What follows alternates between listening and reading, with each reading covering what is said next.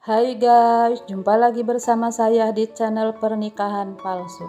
Dan kalian yang pencinta sinetron Pernikahan Palsu, jangan lupa klik dan subscribe-nya ya. Terima kasih.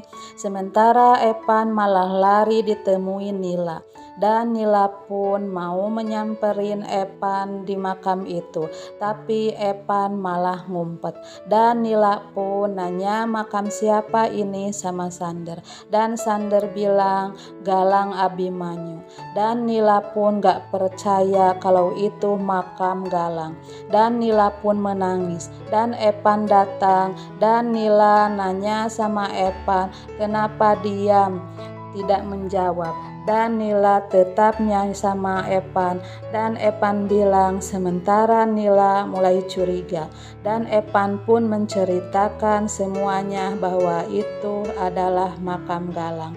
Dan aku adalah Epan sahabatnya. Dan Epan pun bilang bahwa dia sayang sama Nila. Dan Nila nggak terima diperlakukan seperti itu. Epan tidak berhak perlakukan Nila seperti itu. Dan Nila pun marah. Dia pun pergi. Dan Nila tersandung batu. Dan Nila pun tergelincir dan jatuh dan pingsan. Sementara Epan berteriak memanggil Nila. Dan Epan menolongnya. Ternyata itu cuma hayalan Epan. Epan karena gak mau kehilangan Nila. Dan Epan pun meyakinkan Nila bahwa dia sangat mencintai Nila dan sayang sama Nila. Dan Epan pun gak mau kehilangan dia. Sementara Epan pura-pura tidur di sofa. Dan Nila menyelimuti Epan. Dan Nila pun tidur. Dan Epan pun mendekati Nila. Dan Galang bilang dalam hati bahwa dia sangat mencintai dia. Sementara Nenek Yani senang, dia bilang kalau Epan bakal pulang. Dan Isman bilang gak mungkin mak, katanya. Tak lama kemudian Aurel datang dan pakai parfumnya wangi benar. Dan Nenek Yani bilang kalau parfum itu untuk suami, jangan untuk laki-laki lain. Dan Aurel pun ngeles. Dan Isman pun marah sama Nenek Yani.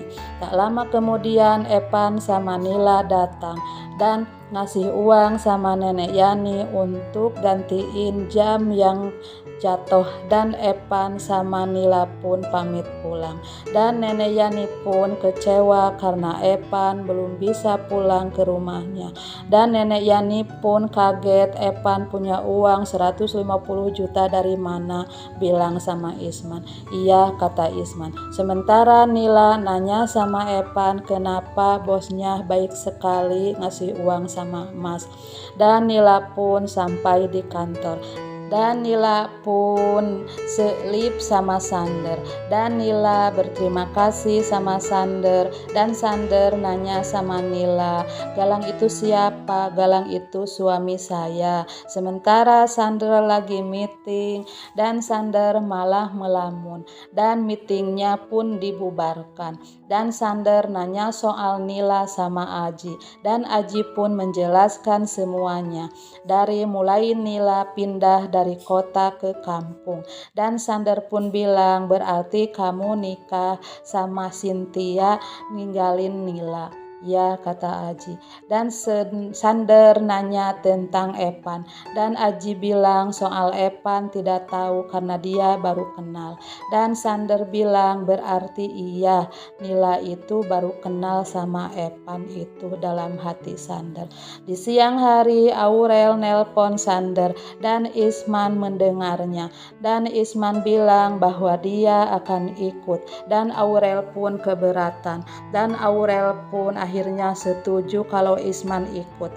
Daripada nanti lebih runyem, katanya. Sementara Nila ngasih kopi sama Aji.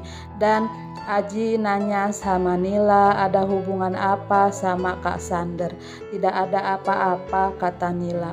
Dan Aji bilang dan Nila menjelaskan semua tentang di makam kemarin, dan Aji minta maaf sama Nila, dan Nila pun didorong sama Cynthia, dan Nila pun pergi. Sementara Cynthia minum kopi dan kopinya asin, dan Cynthia marah dan memanggil Nila. Tak lama kemudian Nila pun datang dan dia mau pecat Nila.